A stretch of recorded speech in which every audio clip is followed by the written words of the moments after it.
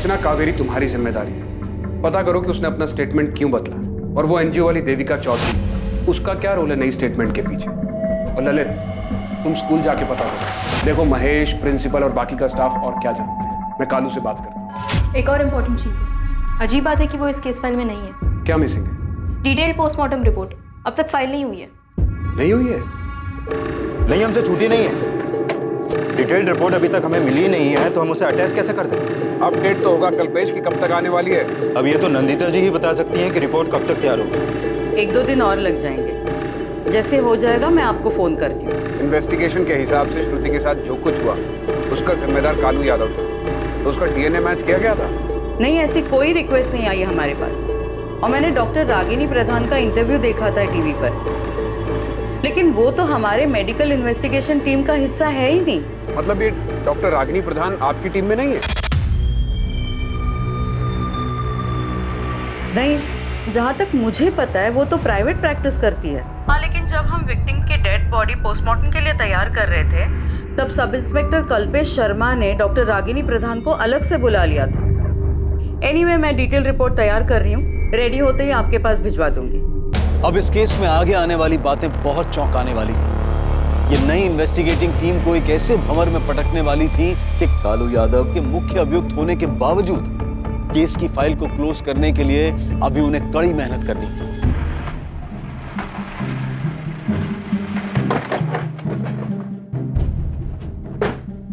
कावेरी में तो हाँ, अर्चना कश्यप, क्राइम ब्रांच से।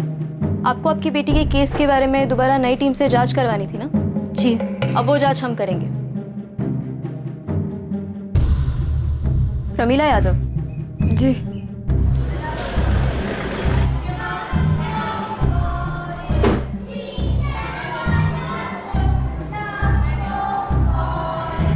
कुछ लेंगे सर? चाय, कॉफी? सीसीटीवी फुटेज जो पहली टीम को नहीं दिए थे आपने। और सीसीटीवी तो अभी लगना शुरू हुआ है श्रुति का केस होने के बाद, और सब जगह लगवा रहे हैं। आप चाहें तो चेक कर सकते हैं। महेश, मुझे 5 मिनट में तुम, निधि दहिया और दक्षा जायसवाल एक साथ यहाँ पर चाहिए। 5 मिनट में तो नहीं हो पाएगा, बच्चों की क्लास चल रही है। कब खत्म होगी क्लास? अरे ऐसे कैसे कह रही है? आपके फोन में आया था। 1 सेकंड, ये मेरा फोन देख लीजिए।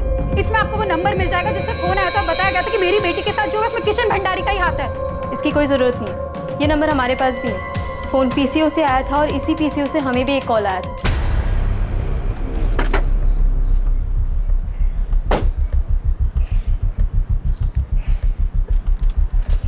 बोलो भाई। Crime branch. पीसीओ है साहब, बहुत लोग फोन करते हैं यहाँ से। लेकिन देखा तो होगा ना तुमने, 2 बार आया था वो। एक बार 20 जुलाई को रात 10:30 बजे एक औरत को फोन किया था। फिर किसने किया है? किसी स्कूल वाले ने ही। और दूसरी बार 25 जुलाई को दोपहर 3:30 बजे मुझे फोन किया था। PSI Lalit speaking, crime branch. आप लोग इस केस पर हो? अब 1 रुपया मिलता है साहब एक फोन का। क्या याद है? तो याद होता तो बता देता। देख, कोशिश कर उस आदमी को याद करने के लिए। बहुत ही काम का आदमी है वो हमारे लिए। आप मुझे थोड़ा वक्त दीजिए, मैं कोशिश करता हूँ। अगर 2 बार आया है तो हो सकता है मोहल्ले का ही हो। अगर फिर से देखूंगा तो याद आ जाएगा। लेकिन साहब ये भी तो हो सकता है कि बाहर का हो और सिर्फ फ़ोन करने के लिए यहाँ पे आया।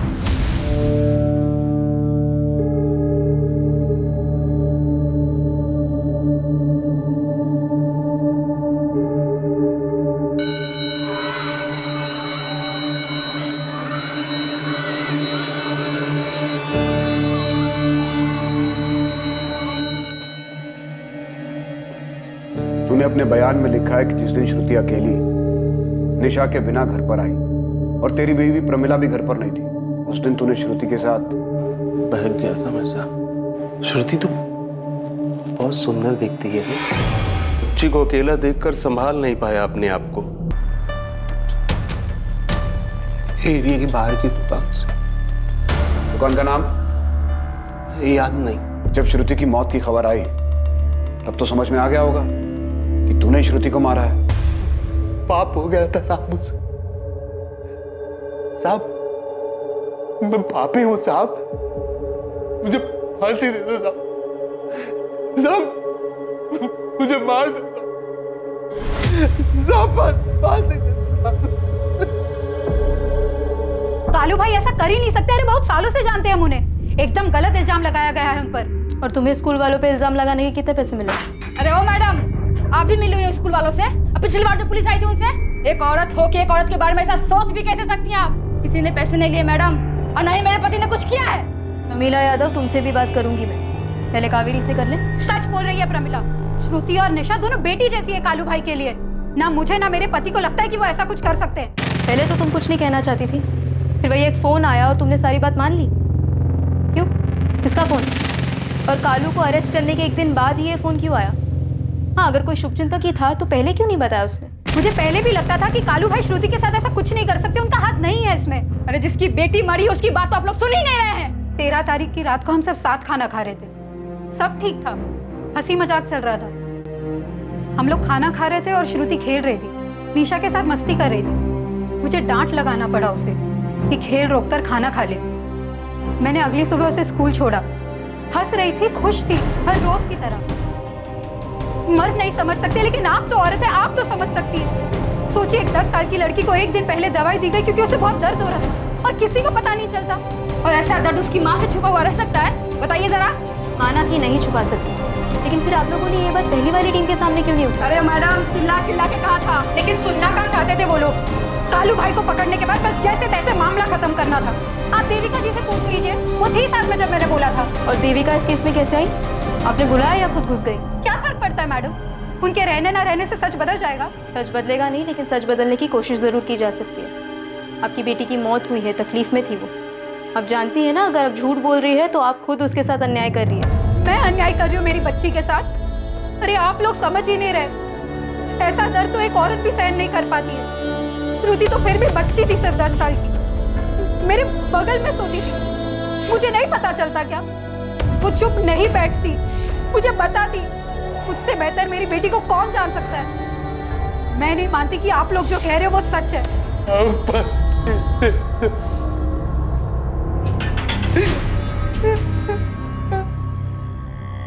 कालू, तू सच बोल रहा है? लड़की चिल्लाई नहीं, किसी से कुछ नहीं कहा, सच कह रहा ना?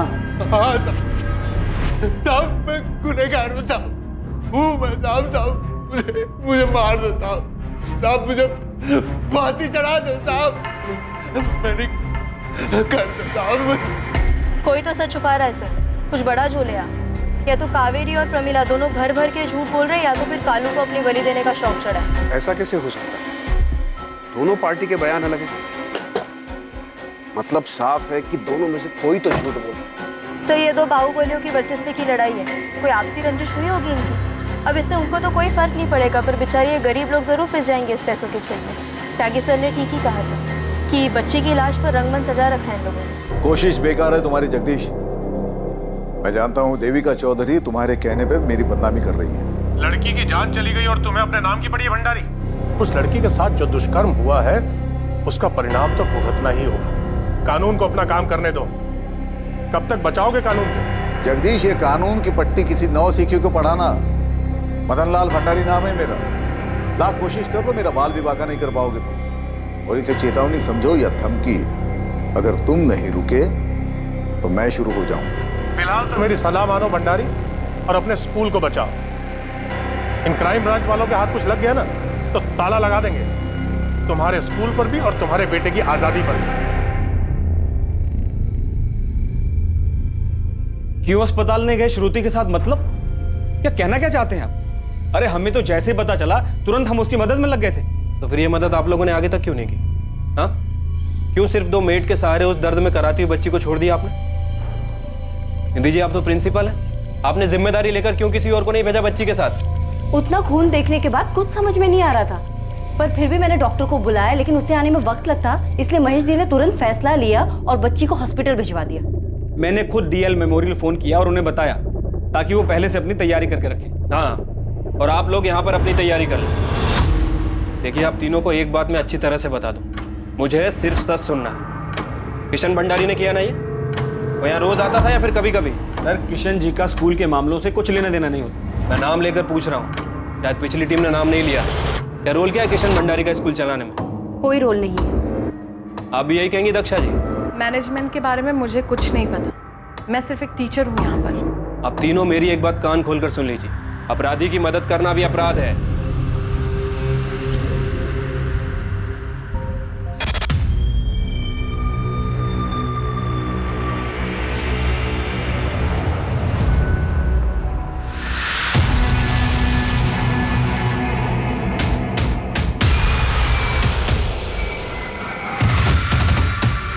ये झमेला तुम ही देखो महेश, मैं रेजिग्नेशन दे रही हूँ। सोच लीजिए मैडम, ये दो बाहुबलियों की आपस की लड़ाई है और बेवजह स्कूल को बदनाम किया जा रहा है। आरोपी तो जेल के अंदर है।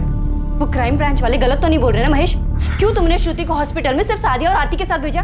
खुद क्यों नहीं गए? मुझे क्यों नहीं कहा? मैडम जब मैं था ना, आप भी वहीं थी। अब आप सारी जिम्मेदारी मेरे कंधों पर डाल रही ना। मैंने आपको रोका था कि वहां मत जाओ, किसी को मत भेजो।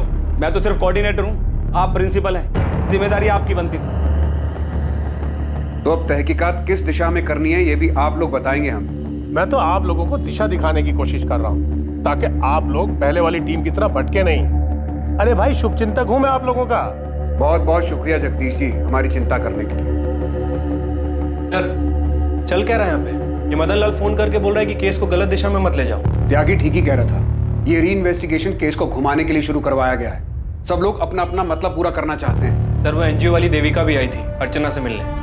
आप लोगों को बस इतना बताना चाहती हूँ कि भंडारी परिवार काफी कुछ छुपा रहा है। वो हम पता कर लेंगे। उस लड़की को जानबूझकर निशाना बनाया गया मैडम। निशाना बनाया गया? क्यों?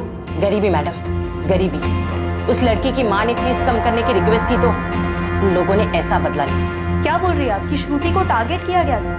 डॉक्टर नंदिता, जिस पर हम काम कर रहे हैं उससे भी कुछ अलग मिला है क्या? अब तक जो भी सामने आया है ये उन सबसे अलग है। ये सुनकर आप शॉक्ड हो जाएंगे। मुझे लगता है ये सारी चीजें जानबूझकर छिपाई गई। केस को दबाने के लिए कवर अप किया गया है। मैं अभी पहुंच रहा हूँ। पुरानी टीम कह रही है कि उनको भी नहीं पता था ये। झूठ बोल रहे हैं वो लोग। मैंने जब किशन भंडारी का नाम लिया था तभी बताया था उनको कि मैं फीस कम करवाने के लिए स्कूल गई थी। हम पति पत्नी मिलकर भी इतना ही कमा पाते कि किसी तरह घर चला सके। कोशिश रहती है कि बच्चों को भूखा ना सोने दे। श्रुति के अलावा एक और बेटी है हमारी, 5वीं से, उसे भी यही पढ़ाना है। मैं समझ सकती हूँ कावेरी, लेकिन अगर फीस कम कराने की बात है तो तुम महेश जी से बात कर लो। इस मामले में वही कुछ कर सकते हैं। फैसला तो अनामिका जी करती है, मैं तो सिर्फ रिक्वेस्ट कर सकता हूँ। तो सर जी आप उनको बताइए ना हमारी हालत के बारे में। ठीक है, मैं बात करता हूँ, लेकिन अगर तुम खुद अनामिका जी से जाकर उनकी कोठी पर बात करो तो ज्यादा बेहतर होगा। मैं गई थी उनके कोठी, लेकिन अनामिका जी नहीं मिली, ये किशन मिला वहाँ। कौन सी क्लास में है? बता श्रुति। 7th स्टैंडर्ड में। ठीक है, मैं देखता हूँ हम क्या कर सकते हैं। बड़ी मेहरबानी होगी साहब, थोड़ा बोझ हल्का हो जाएगा। आप फिक्र मत कीजिए, मैं बात करता हूँ अनामिका से भी और महेश से। जो होगा आपको बता दें। कितनी कम हुई थी फीस? नहीं हुई, उसके पहले ही मेरी बच्ची को मार डाला। तुम गई कब थी उनसे बात करने? ये साल शुरू होने के पहले। तुम्हें किशन भंडारी पर ही क्यों शक है? वो फिर आया था तुम्हारी बेटी से मिलने? मेरे सामने तो नहीं मिला, लेकिन मैं जानती हूँ ये उसी ने किया है, कालू भाई ने नहीं।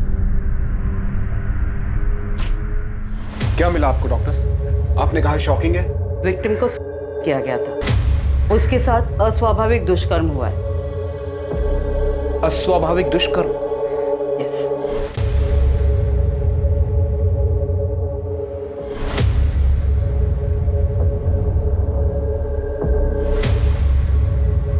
पूरे पोस्टमार्टम की हमने वीडियो रिकॉर्डिंग की है। इसके अलावा भी एक और चौंकाने वाली बात सामने आई ऑफिसर। विक्टिम की डेड बॉडी से हमें किसी पिल के कोई भी ट्रेसेस नहीं मिले। उसके साथ बहुत बुरी तरह से अस्वाभाविक दुष्कर्म हुआ है, जिसकी वजह से बहुत खून बहा और डेथ हुई। तो फिर ये प्रेगनेंसी वाली बात कहाँ से आ गई? मैं भी हैरान हूँ कि ये अफवाह सामने कैसे आई, जबकि श्रुति के साथ जो कुछ भी हुआ वो अननेचुरल थी, वो फिजिकली इमेच्योर थी। फिजिकली इमेच्योर मतलब आप ये बोल रही हैं कि वो पेट से हो ही नहीं सकती? किसी भी हाल में हो नहीं सकती। मुझे ये समझ में नहीं आ रहा कि डॉक्टर रागिनी प्रधान इस नतीजे पर कैसे पहुंची और उन्होंने इन पिल्स का जिक्र कैसे किया। जब मैं पोस्टमार्टम कर रही थी तो मुझे समझ में आ रहा था कि कुछ ना कुछ तो गड़बड़ है। हमने विसेरा और डीएनए प्रिजर्व किया है और अब मैं श्योरिटी के साथ कह सकती हूँ कि विक्टिम प्रेग्नेंट हो ही नहीं सकती।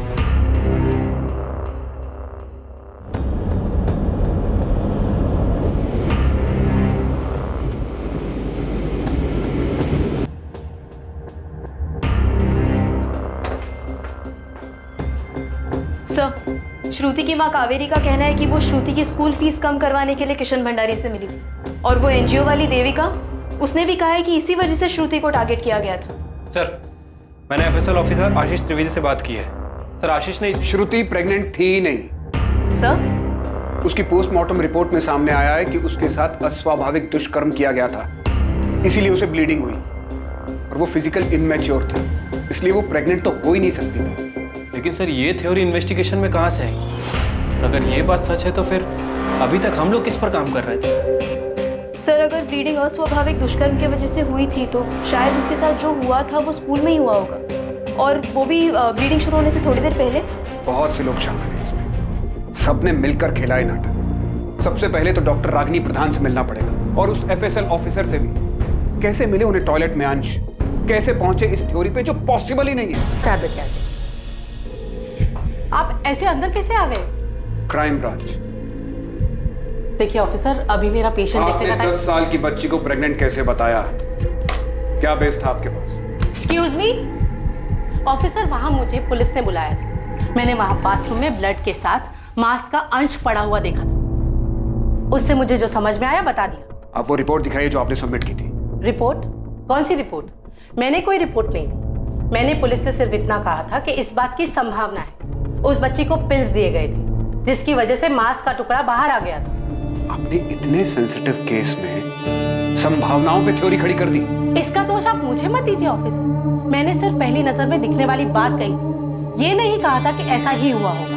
हाँ, बल्कि ये जरूर कहा था कि वो लोग पोस्टमार्टम की रिपोर्ट ही मानेंगे, वही काम आई।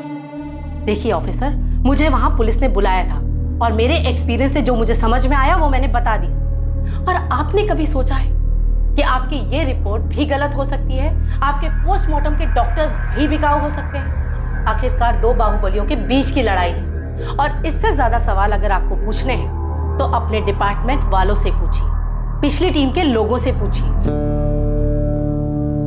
जहां से ब्लड सैंपल्स मिले वहां भी कुछ नहीं था। आशीष, मैं उस अंश की बात कर रहा हूँ। टॉयलेट में था वो। नहीं के बराबर था वो। हमें जहां पर बताया गया था हमने हर जगह पर चेक किया, क्लासरूम, टॉयलेट और जहां पर भी खून था।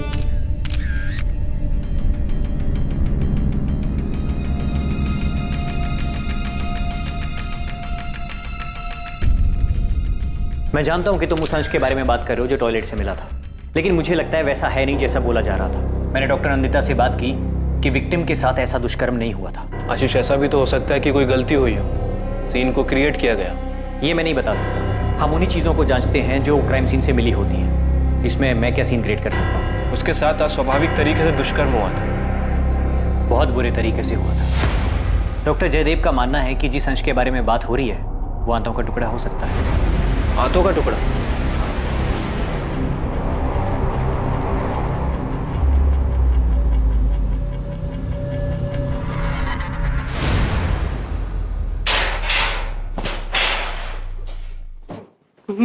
सच उगलवाने के लिए मैंने बहुत क्रिमिनल्स की हड्डी तोड़ी है, लेकिन पहली बार झूठा इल्जाम अपने सर पर लेने वाले को पीट रहा हूं मैं।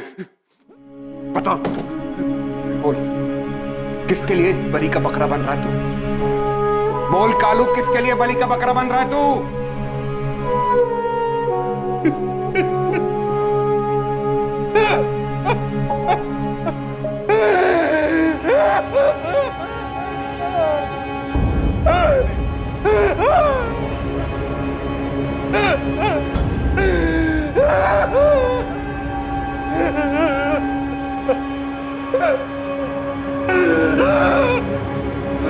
पानी पी।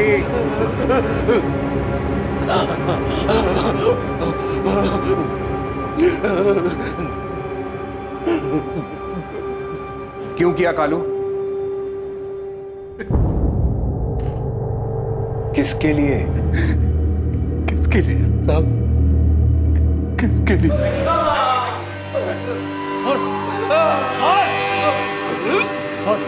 तूने किया ना रेप? हाँ? तूने किया ना? पहले वाले साहब दिन रात मारते थे, ऐसा लिटा के, पता नहीं कैसे कैसे साहब कहाँ मारा है साहब, हम दिखा भी नहीं सकते आपको। वो बड़े साहब ने मुझे बताया कि मैंने क्या किया, तोते के जैसे रटा दिया। किसी ने भी नहीं सोचा कि उस बच्ची को मैं बहुत ज्यादा प्यार करता था, अपनी बेटी के जैसे। मेरी बात किसी ने नहीं मानी, किसी ने नहीं मानी साहब। लेकिन मैंने तो नहीं मारा तुझे, आराम से पूछा था। फिर सच क्यों नहीं बोला तू? वो साहब लोग भी आते थे तो यही बोलते थे, लेकिन अगर मैंने कुछ किया हो तो बताओ। वो पूछते थे फिर मारते थे, पूछते थे फिर मारते थे। परेशान हो गया था, मैंने तो उम्मीद छोड़ दी। इसीलिए वही आपसे बताया साहब। अरे बाहर जाके मैं करूंगा भी क्या? दुनिया की नजरों में हजारों सवाल होंगे, सब बलात्कारी कहेंगे मुझे, अपनी बेटी का ही बलात्कार, अपने घर वालों से कैसे नजर मिलाऊंगा साहब? उम्मीद मत छोड़ कालू। श्रुति की मां कावेरी ने भी यकीन नहीं किया कि तू ऐसा कुछ कर सकता है। तुझे पकड़ा तो उन लोगों ने हंगामा कर दिया। हम इस केस की जांच फिर से करेंगे।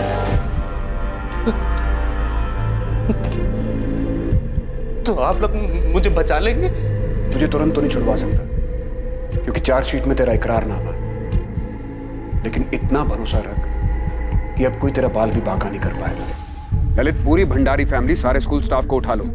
प्रिंसिपल, टीचर्स, कोऑर्डिनेटर, कोई नहीं छूटना चाहिए। डीएसपी सर के ऑर्डर्स हैं हमारे पास।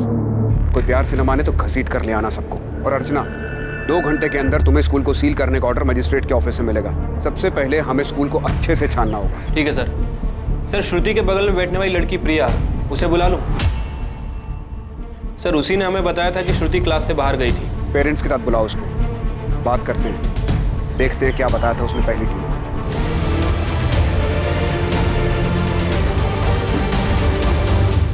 मेरी तरफ इशारा कर रहे हो माथुर? इशारा नहीं कर रहा हूं त्यागी, सीधे सीधे पूछ रहा हूं। इस केस में तुमने अपराधियों के साथ मिलकर काम किया? जो मुंह में आए बको मत, सोच समझ कर बोलो। हमने वही किया जो इन्वेस्टिगेशन में पता चला। और ये पोस्टमार्टम की रिपोर्ट तो अभी आई है ना? क्या अब तक हम हाथ पर हाथ धरकर बैठे रहते? खेल खेल रहे हैं ये लोग। तुम क्यों चिढ़ रहे हो कल्पेश? तुम्हारा खेल बिगड़ गया इसके लिए? मिली भगत सामने आ गई सबकी। अब ये भी बता दो कि डॉक्टर रागिनी प्रधान कहां से आ गई इसमें? सुना वो तुम्हारी जान पहचान वाली है? मेरी जान पहचान वाली है, इसीलिए अर्जेंट में आई, क्योंकि टॉयलेट में कुछ पड़ा हुआ मिला था और वो बहुत बड़ा सबूत साबित हो सकता था। पानी में बह सकता था, वेस्ट हो सकता था। ऑन द स्पॉट डिसीजन लेना था, एक्सपर्ट की जरूरत थी, इसलिए डॉक्टर रागिनी प्रधान को बुलाया। समझ में आया? असली रिपोर्ट को साफ करने की पूरी तैयारी कर ली थी तुमने। किसके कहने पे किया ये सब? रिपोर्ट में और क्या क्या बदला सबने मिलकर? त्यागी, उस बच्ची को किया गया था। फिजिकली इमैच्योर थी वो बच्ची। कैसे दबाई ये बात? बाहुबली लोगों का आते हैं इन सब में।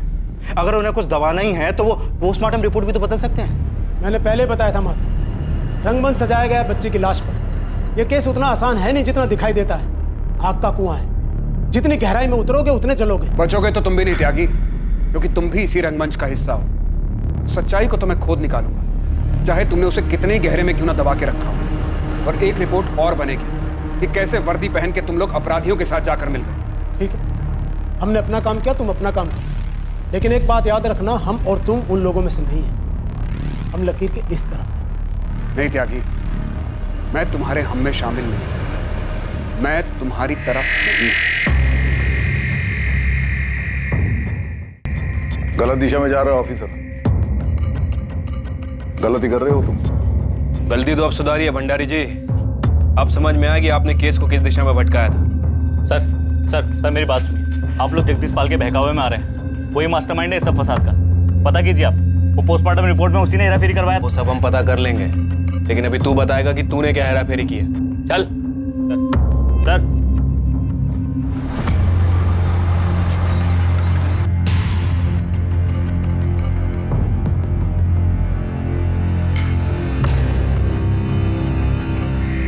आपकी बच्ची की मौत का इस्तेमाल कर रहे हैं लोग कावेरी जी।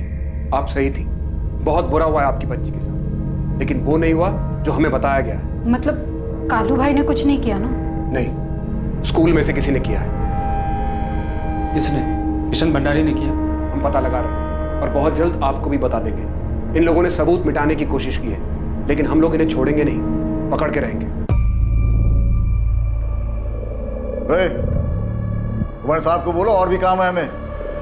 जो भी बात करनी है जल्दी करो। सुना नहीं क्या तुमने?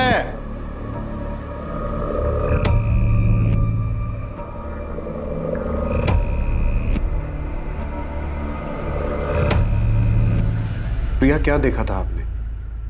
श्रुति दक्षा मिस की क्लास के पहले बाहर गई थी? कहाँ गई थी बेटा? पता नहीं अंकल, मैं क्लास में थी लेकिन मुझे लगा उसको किसी ने बुलाया था। मैंने ये बात पहले भी बताई थी। आपने ये बात पहले बताई थी? वो जो दूसरे पुलिस वाले अंकल है ना, उनको। श्रुति को किसने बुलाया था ये देखा तुमने?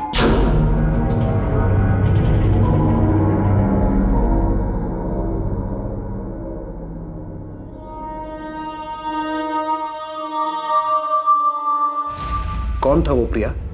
किसने बुलाया था? किशन भंडारी था? तुम किशन भंडारी को जानती हो ना? नहीं, पर मैंने देखा नहीं कि उसे किसने बुलाया था। डरो मत बेटा, हम जानते हैं वो कोई स्कूल वाला ही था, है ना? कौन था वो? पता नहीं अंकल, पर मैंने सच्ची में नहीं देखा।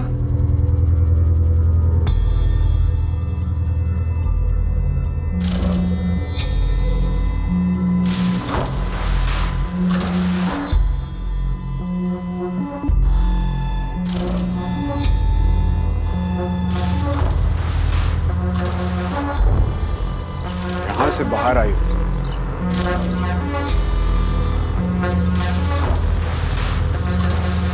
सर इस तरफ तो क्लासरूम्स है, बहुत ज़्यादा बच्चे होंगे, हो सकता है कि इस तरफ गई।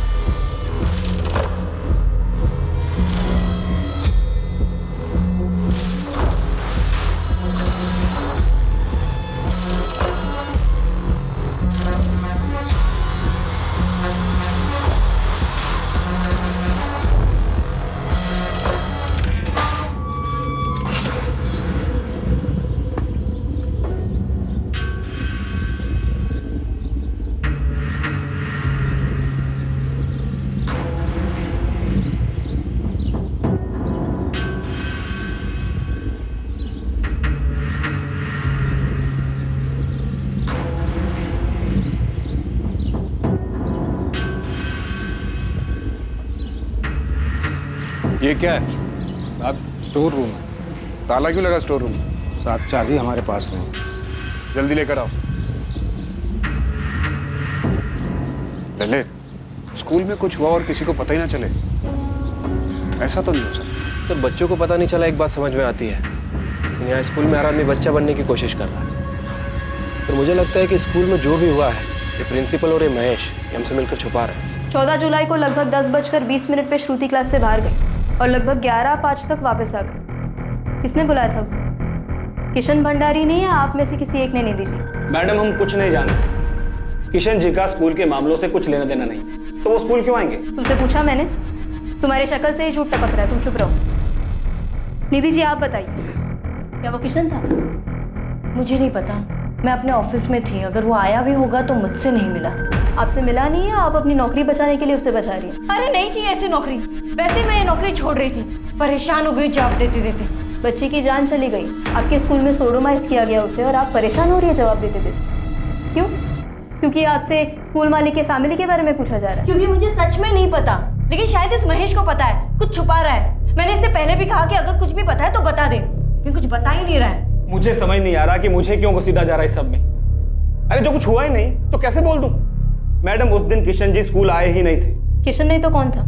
क्या वो तुम थे? तुमने बुलाया था श्रुति को क्लास से? अरे कैसी बातें कर रही हैं आप? मैं उस छोटी बच्ची के साथ ये सब करूंगा? उसके पड़ोसी कालू का काम है ये, और पहले वाली पुलिस उसे पकड़ भी चुकी है। पता नहीं अब आप लोग उसे बचाने की कोशिश क्यों कर रहे हैं?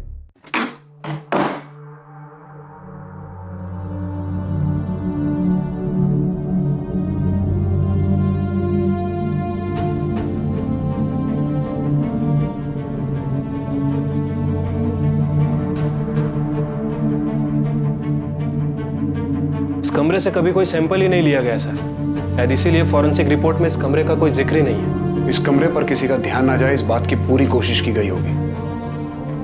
इस कमरे की आखिरी बार सफाई कब हुई थी? 14 जुलाई को, लड़की को हॉस्पिटल भेजने के बाद। आप मुझे कुछ नहीं पता, मैंने इस कमरे को नहीं साफ किया है। तो फिर किसने की थी? पता नहीं साहब, यहाँ ताला लगा हुआ था। जो अब तेरी जबान पे लगा है। देख हरी, हम जानते तुझे सब पता है, उस बच्ची को इसी कमरे में लाया गया था ना? मैं सच बोल रहा हूँ साहब, मुझे कुछ नहीं पता है, मेरा यकीन कीजिए साहब।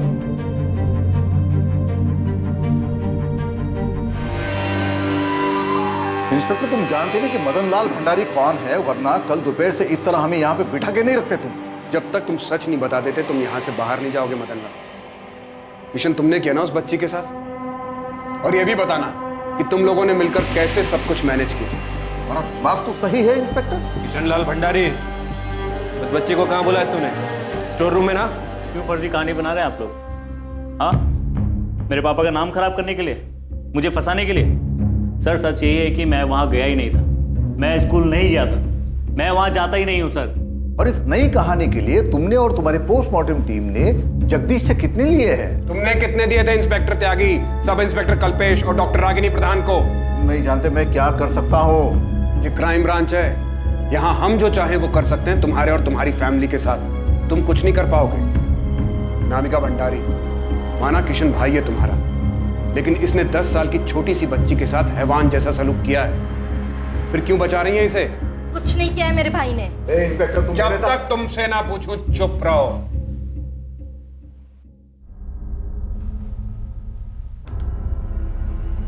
अनामिका, 14 जुलाई को महेश ने 11:10 के बाद तुम्हें 6 कॉल किए, 2-2 मिनट के, और महेश ने 2 कॉल तुम्हें किए मदन लाल।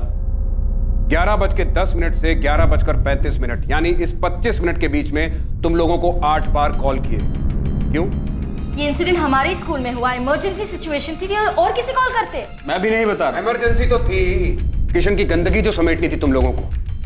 मदन लाल और अनामिका को तुम पल पल की खबर देते रहे महेश, और महेश तुम लोगों से पूछ रहा था कि आगे क्या करना है, कैसे करना है, कैसे किशन को बचाना है। जबकि श्रुति की मां को तुमने 11:45 पर कॉल किया, उसे हॉस्पिटल भेजने के बाद, और उसके बाद इंस्पेक्टर त्यागी और सब इंस्पेक्टर कल्पेश को कॉल किए गए। ये रहे सारे कॉल रिकॉर्ड। इन कॉल रिकॉर्ड से कुछ नहीं साबित कर पाओगे तुम इंस्पेक्टर। ये सारे इस केस से ही जुड़े हैं। मैं उस स्कूल का मालिक हूं, तो जाहिर है कि महेश इमरजेंसी में मुझे ही कॉल करेगा ये गाइडेंस लेने के लिए कि आगे क्या करना है, कैसे करना है, कैसे चीजों को रफा दफा करना है। कुछ नहीं कर पाओगे तुम, कुछ भी नहीं साबित कर पाओगे तुम। भूल है तुम्हारी। किशन ने खून किया है, सबूत तो हम ढूंढ लेंगे। मेडिकल नहीं हुआ ना तेरा? चल तेरा मेडिकल करवाते हैं, देखते हैं अब कैसे बचेगा तू। तो बेवजह टाइम वेस्ट कर रहे हैं आप लोग। इन सब का अरेस्ट पुलिस डायरी में नोट कर लेना, ताकि रिकॉर्ड रहे कि एक्शन हुआ था। मेरा फोन लाओ। सर यहाँ फोन देना अलाउड नहीं है। तो जाके इंस्पेक्टर त्यागी तक मेरा एक मैसेज पहुंचा दो। सर यहाँ मैसेज देना भी अलाउड नहीं है। अर्चना, इनकी एकता में फूट डालो। मुझे लगता है इनमें कमजोर कड़ी महेश है, वो सब जानता है और टूट भी सकता है। उससे कहो कि सब सच बता देगा तो बच जाएगा। जी सर, लेकिन क्या आपको लगता है कि हमारी मेडिकल काम आएगी? सिर्फ मेडिकल से काम नहीं चलेगा, इन्वेस्टिगेशन में बहुत गड़बड़ है, हमें कुछ स्ट्रॉन्ग गवाह चाहिए। इससे काम नहीं बनेगा। लेकिन डॉक्टर नंदिता, उसने जबरदस्ती किया था बच्ची के साथ, तो उसके प्राइवेट पार्ट पर इंजरीज आई होंगी। बिल्कुल आई होगी, पर आज की तारीख देख रहे हैं आप? इंसिडेंट 14 जुलाई को हुआ था, अच्छा खासा टाइम बीत चुका है। गलती तो हुई है। पहली वाली टीम ने पब्लिक प्रेशर में आके उसे कस्टडी में तो लिया, लेकिन किशन का मेडिकल नहीं कराया, वरना सच कब का सामने आ जाता। श्रुति की बॉडी से आप लोगों को कोई डीएनए, कोई सेमेन कुछ मिला? कैसे मिलता माथुर, बहुत खून बह चुका था, और ऊपर से वो 2 मेड्स, उन्होंने सफाई में कोई कसर नहीं छोड़ी थी। अब हमें भी कोई कसर नहीं छोड़नी चाहिए। ये लोग इतनी आसानी से मुंह खोलने वाले नहीं है। खेल खेला इन्होंने, हम भी खेल खेलेंगे। वो महेश ही, अर्चना, हमें जो चाहिए वो महेश ही दे सकता है। महेश को ऑफर दो कि सरकारी गवाह बन जाए, उस सब कुछ बता दे तो बच जाएगा। सिर्फ यही एक तरीका है। हमें किशन को पकड़ने के लिए कुछ स्ट्रॉन्ग सबूत चाहिए। केस में हुई गड़बड़ असली मुजरिम को बाहर जाने का रास्ता देने के लिए की गई लग रही थी। लगातार इंटेरोगेशन के बाद भी संदिग्धों की चुप्पी असली आरोपी और पुलिस के बीच दीवार बनकर खड़ी थी। महेश चतुर्वेदी, जो शायद इकलौता ऐसा इंसान था जिसे इस अपराध के बारे में सारी जानकारी है, वो अपनी जुबान से टस से मस नहीं हो रहा था और किसी भी हालत में कुछ भी बताने के लिए तैयार नहीं था। किशन भंडारी के मेडिकल से भी कुछ मिलने की आस बहुत कम थी। मैंने कहा था इससे काम नहीं बनेगा, आप लोगों ने बहुत देर कर दी। किया तो उसी ने है। जमकर कूटेंगे तो मान भी लेगा। तो कोर्ट में पलट जाएगा, तब क्या करेंगे आप? स्टोर रूम का क्या हुआ?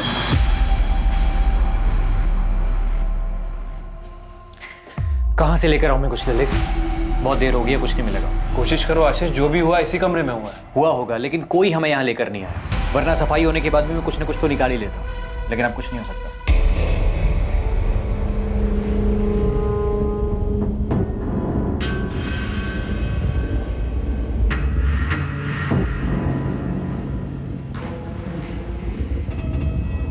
कुछ नहीं किया तू, कुछ नहीं होने दूंगा तुम्हें। बस 1-2 दिन रुक जा, बेल हो जाएगी हमारी।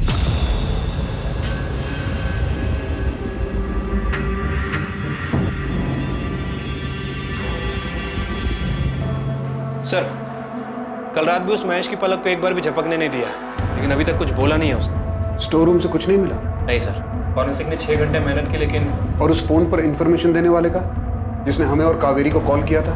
पीसी वाले मुस्ताक को फॉलो अप कर रहा हूं मैं। मैम, अगर किशन स्कूल आया भी होगा तो मैंने उसे नहीं देखा। मुझे पता है इस सब में महेश शामिल है। श्रुति की माँ फीस कम करवाने के लिए अनामिका के पास गई, लेकिन मिल गया उसे किशन। तभी से उसके मन में शैतान घुस गया होगा।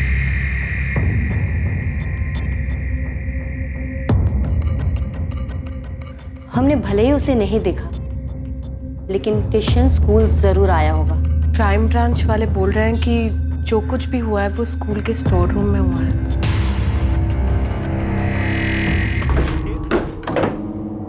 ये ड्रेस तो आप पहले ही देख चुके हैं, इसमें सिर्फ खून है। डॉक्टर नंदिता, हॉस्पिटल आते वक्त श्रुति ने ये ड्रेस पहना था? हाँ, इसी में आई थी वो। कैसे? क्योंकि क्राइम के वक्त तो उसने कुछ और पहना था। नहीं, ये कपड़े नहीं थे। ये ड्रेस लाने के पैसे तो मैंने दिए थे, लेकिन श्रुति ने स्कूल यूनिफॉर्म पहना था।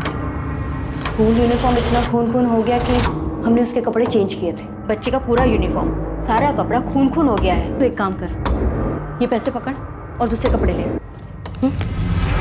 तो फिर स्कूल यूनिफॉर्म कहाँ है? मुझे नहीं पता सर। क्या बोल रहे हो कल्पेश? दिया ही नहीं? हाँ सर, यूनिफॉर्म दिया ही नहीं था हमें। दिया नहीं था या डिस्ट्रॉय कर दिया त्यागी? लिमिट में रहो माथुर, ज्यादा हो रहा है। अगर ऐसा हुआ ना त्यागी, तो मैं भूल जाऊंगा कौन वर्दी वाला और कौन नहीं। सबूत मिटाने का चार्ज सब पर लगेगा। हमें यूनिफॉर्म कभी मिली ही नहीं, और अगर यूनिफॉर्म डिस्ट्रॉय हुई भी है ना तो महेश ने की होगी, जाकर उससे बात करो। हमने अपना काम ठीक से किया, हम पे कीचड़ मत उछालो। महेश, श्रुति की स्कूल यूनिफॉर्म कहाँ है? School uniform? मुझे नहीं पता। देख महेश, अब तक जितना तोड़ा है ना, वो सिर्फ ट्रेलर था, समझा? यूनिफॉर्म सच में कहा, मुझे नहीं पता। अफरा तफरी का माहौल था, कहाँ गया मुझे क्या पता। सर, यूनिफॉर्म मिल सकता है।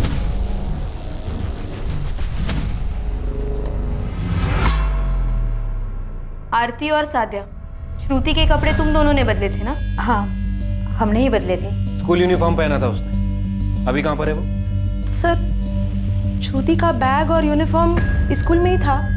महेश सर ने बोला कि दोनों को पैक करके उसके घर पे दे दो, तो मैंने दे दिया।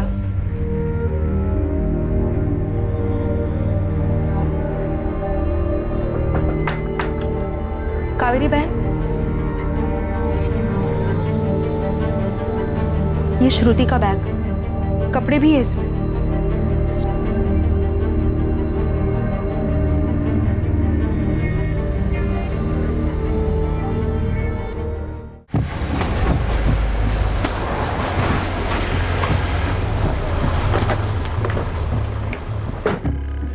यूनिफॉर्म मिला कावेरी? हाँ मिला। यूनिफॉर्म साफ तो नहीं किया ना तुमने? नहीं मैडम, जैसा मिला था वैसे ही अलमारी के ऊपर रख दिया ताकि दिखाई ना दे। इसे देखने की हिम्मत नहीं तो साफ क्या करते। सही क्या कावेरी? खून तो सूखा ही था, लेकिन अगर इसमें सीमन गिरा है तो मुझ पे छोड़ दो, मैं डीएनए निकाल कर आपको दे दूंगी। डू इट नंदिता, जो हो सके वो करो।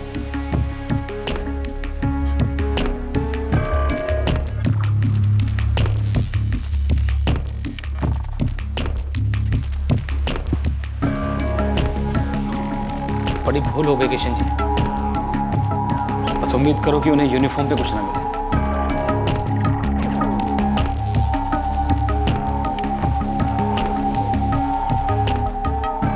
श्रुति हाँ वो 7th क्लास में है ना, उसकी माँ को फीस कम करवाना था उससे। हाँ जानता हूँ। हाँ तो लेके आ उसको, मैं बात करता हूँ। ठीक है, बुलाता हूँ। हाँ पैसे नहीं, स्टोर रूम में लेके आ।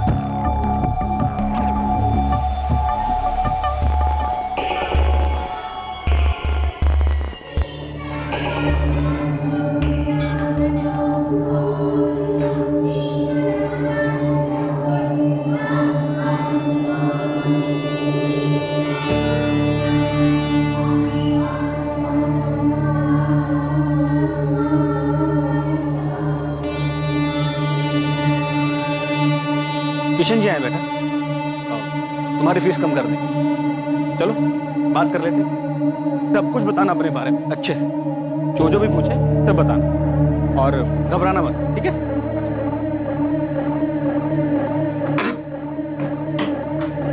चलो। Good morning sir. Good morning, कैसी हो तुम? मैं ठीक हूँ सर। आओ जी।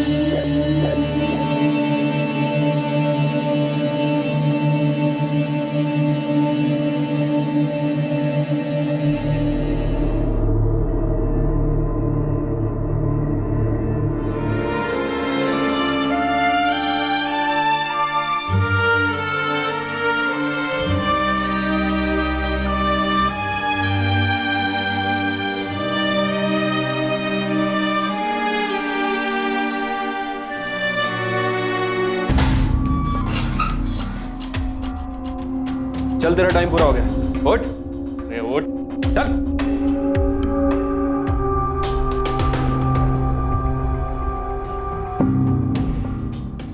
तुम्हारा एविडेंस मेरे हाथ में है माथुर। मैच हो गया? हाँ मैच हो गया। श्रुति के कपड़ों से जो सीमन मिला था वो किशन भंडारी के डीएनए से मैच हो गया। मिल गया, उसी कमीने ने किया है। साइंटिफिक एविडेंस मिला है सर, इससे बेटर और क्या होगा। अब इस महेश और किशन को तबीयत से तोड़ते हैं और उसके बाद इन्हीं से क्राइम सीन रिक्रिएट करवाते हैं। ठीक है, करवाओ।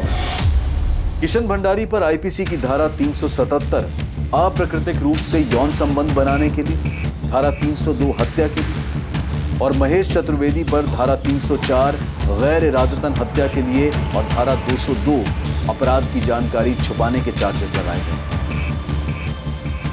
किशन भंडारी के पिता मोहनलाल भंडारी पर आईपीसी की धारा 109 अपराध करने को उकसाने के लिए और धारा 201 सबूतों से छेड़छाड़ के चार्जेस लगाए गए। पुलिस की पहली जांच टीम को सस्पेंड कर दिया गया और अपना कर्तव्य सही तरह से ना निभाने के कारण उनके खिलाफ जांच के आदेश दिए गए। कालू यादव को उस पर लगे सभी आरोपों से बाइज्जत बरी कर दिया गया।